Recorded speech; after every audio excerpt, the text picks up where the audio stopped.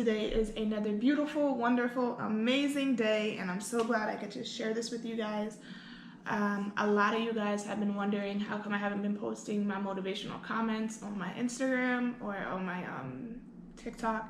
And to be honest, it's because I've been using them to motivate myself, and I realize that's kind of selfish, just a little bit. But we all deserve to be selfish sometimes. So here is my moment of motivation for you all. So on this wonderful, amazing day that I have been blessed to see, my moment of inspiration was coming to you from a quote that I actually heard from my leader, my bishop, my pastor.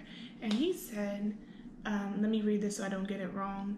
He said, your present circumstances don't determine where you end up, but where you start. And a lot of the times, especially going through the pandemic and seeing people for who they truly are, you kind of doubt where you are and where God is in your life. And I know a lot of people who, like me, are doubting where they're going in life because of where they started. But if where I started is any indication of my success, then I would have died out a long time ago. Being a child in the foster care system, I was supposed to be pregnant with my own kids that were supposed to be taken away by the system, in prison. I wasn't supposed to finish high school. I'm not supposed to be a business owner. I'm not supposed to be chasing my dreams according to what the system has put in place. And not only was I in the foster system, I am a young Black female. And that in and of itself brings its own challenges. But what I have been blessed to realize and what I have been blessed to experience is that, and I say this, and when I say this, I'm laughing because I did not know this to be true until this last season of my life. What God says about you is so much more important than what people think about you. Now let me say that again. What God says about you, Jeremiah 29:11 says, for I know the thoughts that I think towards you. They are thoughts of good and not of evil, to give you an expected end. So what God thinks about you, what God knows about you, is far better, so much better than what people think about you. And I want you to hold on to that truth, and I want you to hold on to that knowledge, because people will flip-flop on you depending on what they need from you in their present moment. And it's imperative, especially in this new season that we are all walking into. Summer is about to be here, and I know we are very excited. I know I am, because this is going to be the first time in a year that I will be able to be out and be about. But we also have to understand that with new seasons come new transitions. Sometimes, as painful as it is, people that you thought was going to be there for you, people who said they would never leave you, who would never turn their backs on you, are those same people that do just that. And I know it's hurtful. I know it's painful. Believe me, I've experienced it firsthand. But the good news is you're going to make it. And as much as this hurts right now, as much pain as you are in, and as much darkness as you see around you, there is a light at the end of the tunnel. There is good in all of this bad. And I just want to encourage you to keep pressing on. I know a lot of you who know me from church, who has seen me speak on multiple occasions, are like, well, if this is the content that you guys want, please tell me. Let me know down in the comment section, commenting on our Instagram, our Facebook, down right here on YouTube. Hell, go on our podcast and let me know. If you guys want to see more inspirational moments, let me know, because let me tell you guys, when I delve into everything that is going on around me and I look at it from a different set of eyes, it gives me a new perspective. At one point I was looking at it just through the eyes of a young Christian woman, and then when I went through heartbreak, I looked through it from the eyes of somebody that felt abandoned by her church, by her ministry, by the God that she has served her whole life. And I felt at some point I did feel bad for turning my back.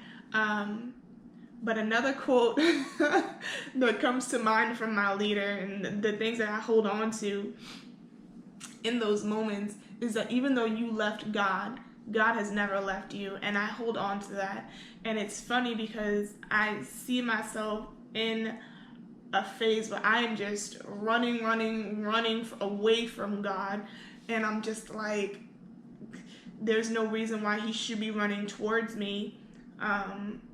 But he has shown me time and time again that he is running towards me, and that even though I don't want to jump headfirst into religion again, I want to, go into this with open eyes. He has shown me that he has always been there, and he has always loved me, and has always believed in me, even when I didn't believe in myself. And it's a beautiful thing. I am looking at it like this test, this trial, this tribulation has opened my eyes to show me exactly who I am. And who I am is a young woman who believes in God, who knows that she wouldn't be where she is without him. I am not the ideal Christian. I am a Christian of this generation, I would say, because part of me, I've seen this on TikTok, and I'm not necessarily from the south side of heaven, like they say on TikTok. I am kind of like in the middle. Like, I will pray with you, I will love you, I will support you, I will do everything for you in the name of the Lord until you test me. And a lot of people, especially from, looking back on what I was taught, they're like, well, you can't do that. Well, I'm learning to put myself first, and you all may see that as selfish. But what I learned, and what I am learning, and what I'm in the process of learning, is that taking care of yourself is not selfish. And I don't know who needs to hear that. I don't know who needs to believe that. I don't know who that is for.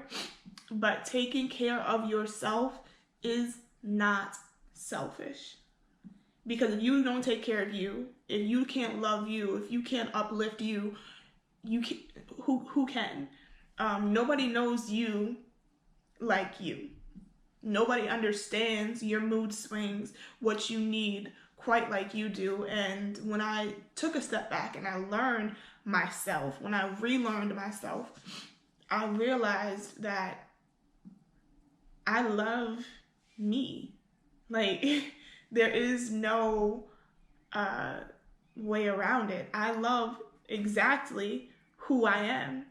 I love the fact that everything that I've been through has only made me stronger.